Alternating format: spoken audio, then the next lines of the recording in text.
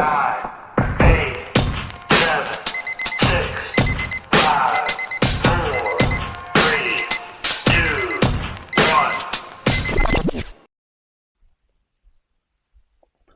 welcome back to the channel. My name's Kevin Rocket. It's just one voice.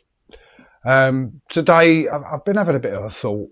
What I believe is the problem with politicians, good politicians versus bad politicians. So yeah, I've put together this sort of thing and gonna sort of like play through it now, and I'd like you to sit with me and go through it, and then at the end of it we're going to have a little bit of a chat about everything that we've gone through, and I'd like to get your comments. I'd like to hear from you. I know I've got some people watching this. I've got people watching these videos, and I can see that through the stats. I've not got like loads of people watching them, but there are people, unique individual people who are not hitting any buttons. They're not hitting like, they're not hitting subscribe. They're watching the videos, and I'd like to hear from you. I'd like to hear your comments. So anyway, we'll get into it. Yeah. Now we all know that we've got politicians that don't care about us, and that's not what I'm sort of discussing. What I'm looking at is cause and effect. So when I say we've got politicians that don't care, that's the starting point. So we've got politicians that don't care, and that's a cause of something. And now we're going to go through the effects. So with politicians that don't care about us, what we end up with is what people call a sectarian uprising. And a sectarian uprising is on both sides. We've got the left and the right, and then we've got the far left and the far right. With politicians that don't care about us, what they care about is money, economy. And to keep that rolling, for some reason they think it's good to flood the country with migrants from all over the world. And that leads to overpopulation. A mass overpopulation thrust on us in a really fast rate leads to terrible integration, really poor integration. Politicians that don't care about us leads to overpopulation, which leads to strained public services, which then leads to divided communities, which is ultimately a divided population.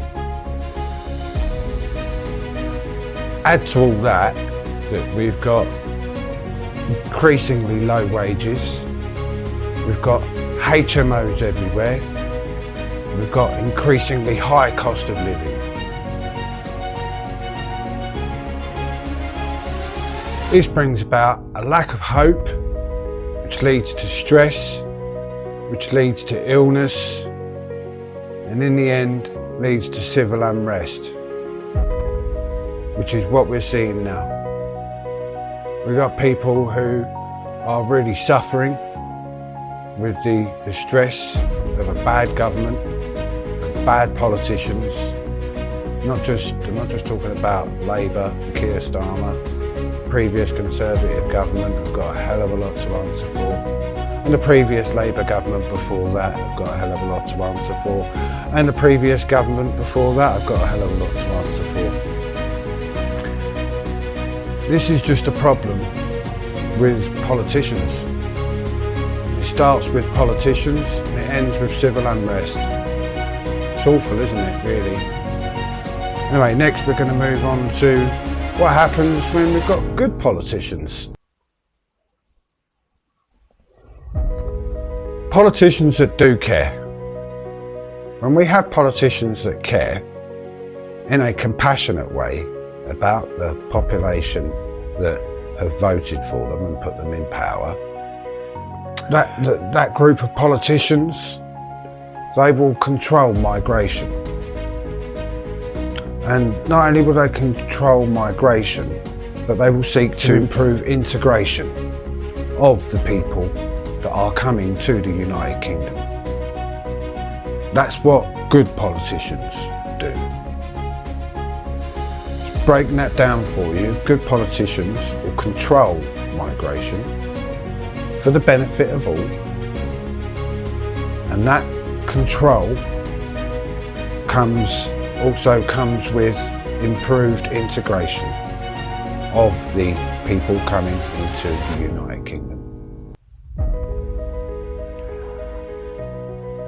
Good politicians and good government would always strive to lower the cost of living and always strive to increase wages. Good politicians and a good government maintain our infrastructure. They don't just maintain our infrastructure, but they do it to an incredibly high standard. 30 years ago, our infrastructure looked very different in this country. For those of you who've just joined us and who've just come to the UK within the last, 10 years, when you look around our country and you look at the streets and you look at the roads and you look at all the rubbish in the bushes, that's something that's crept in. The state of our country is not what it used to be. So maintaining infrastructure to a high standard is incredibly important to making people feel like our government care about us. Because that world out there, that's the world we live in.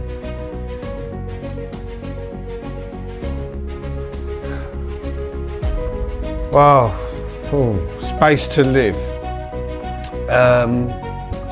What can we really say about space to live? I think many of you out there will have noticed, and I'd just like to take a moment to thank all of the people who subscribe to the channel and hit the like buttons on my videos. It means an awful lot, and it really helps out the channel to get the message out there. But coming back to space to live, if you live in a city, or in the suburbs of a city, you'll be seeing something happening, and I'm seeing it a lot. It's high rises, blocks of flats, blocks and blocks and blocks of flats everywhere. No family homes being built. There's no space for people to live. They're cramming us all in like sardines into the tightest spaces possible. And I'm not noticing any new schools opening, or any new hospitals opening, or any new doctors' surgeries opening. I'm not noticing an improvement in job availability in the areas. I'm just noticing an influx of people. More people crammed in. And I'm noticing that they're putting these blocks of flats incredibly close to supermarkets, and sometimes on top of supermarkets. This is a real money-making idea, isn't it, for the supermarkets? So yeah, but we need space to live. We need family homes. We need gardens. We need space to put sheds. We need space to develop our children's futures. This continuance of building high-rise flats everywhere, all around us, blocking out the sunlight and the skyline, is absolutely, it's a complete atrocity on the suburbs of our cities. Absolutely awful. And that's my opinion on that. So good government will provide many things. They'll provide controlled migration. They'll provide better integration.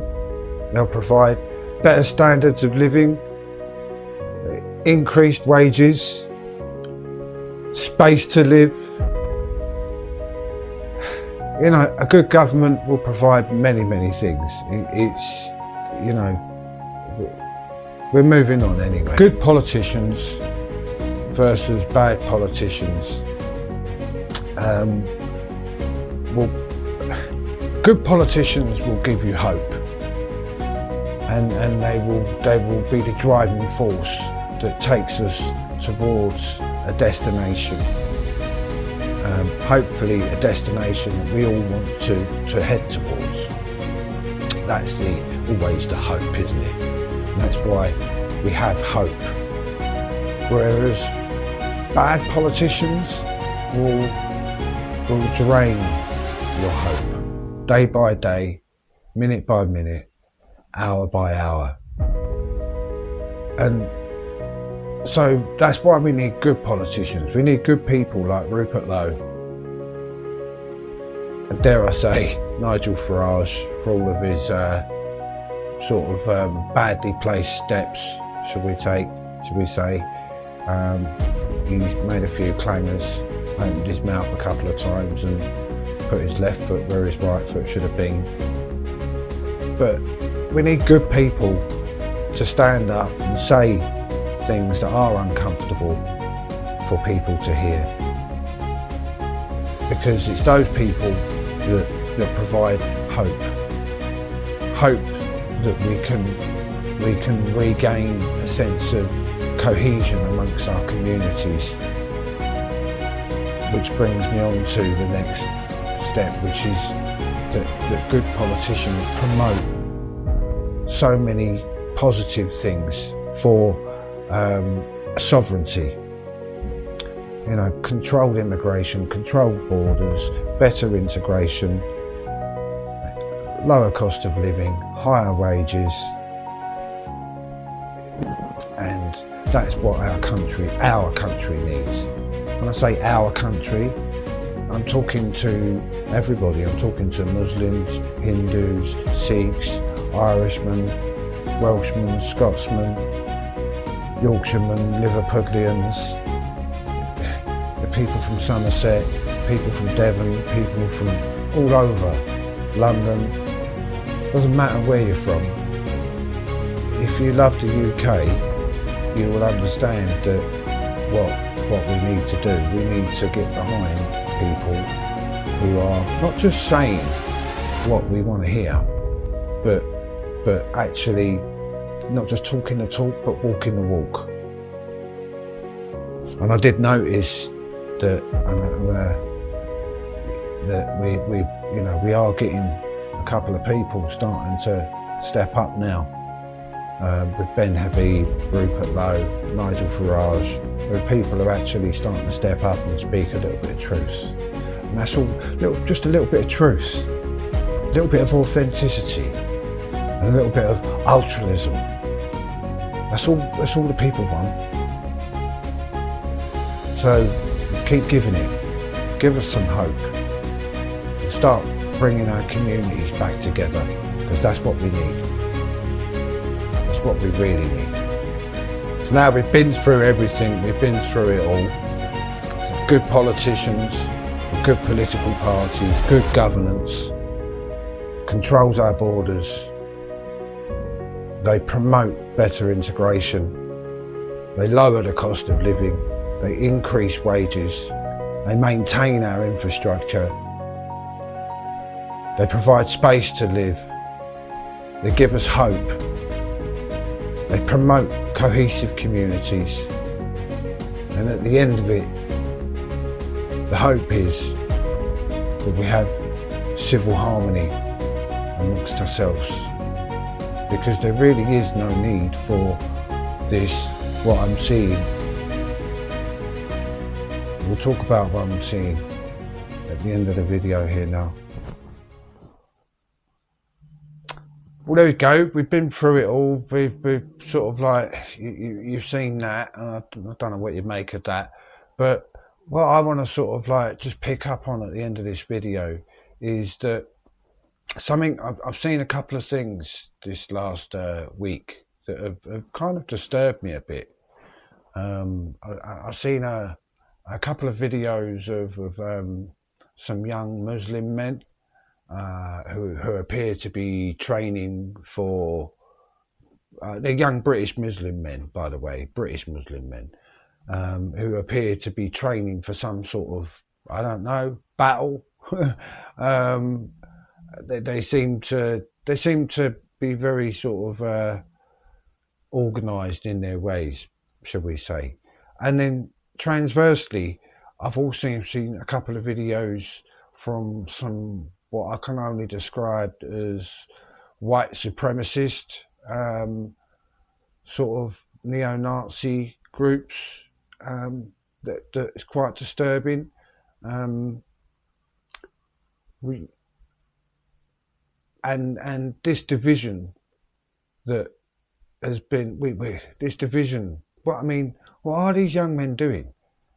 What are they listening to that are getting them on this mindset? What are they listening to get them to think this way? I can't understand the division and the civil unrest that truthfully it's a minority of people are creating. I mean, yeah, I go on protests for Tommy Robinson, but I'm not aligned with no far right fascist. I'm on the right. I'm definitely on the right side of things. I'm not with the left, but I'm not. No way. No way.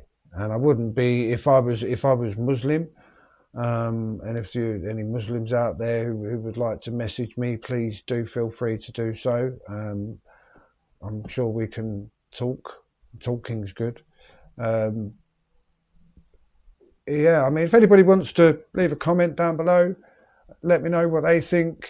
I just think that we've got a big problem when we do need to, as a society, we need to face this problem head on.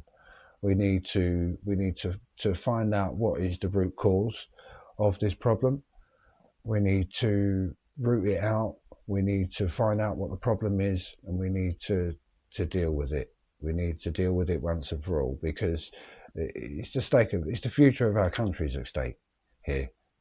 You know, we can't have this situation where we've got this kind of division where people are being killed for what someone said about something about to do with someone's religion, or we can't have this situation. It needs to stop, and part of the way to stop it is with good politicians, good governance that puts country and people first, and the country's core beliefs first, and above and before everything else. I'm afraid, and that is me sort of standing my ground here. I do believe that we are, in a sense, how does one put it? We seem to be putting other people's views, values and beliefs first. And it may just be because, you know, that particular group of people, the Muslim faith, are very, very passionate about their belief. And that, you know, that they're quite, when I say passionate, I mean really passionate. And when you get large groups of people all together,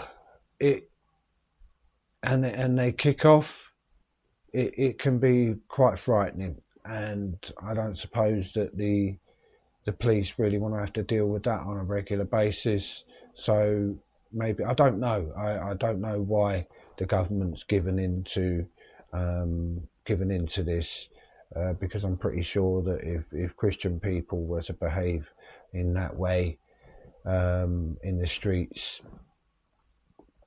I mean, if you just take a look at Speaker's Corner, for example, on a Sunday, Speaker's Corner now, as far as I'm concerned, you don't have the right to speak unless Muslim people say you have the right to speak.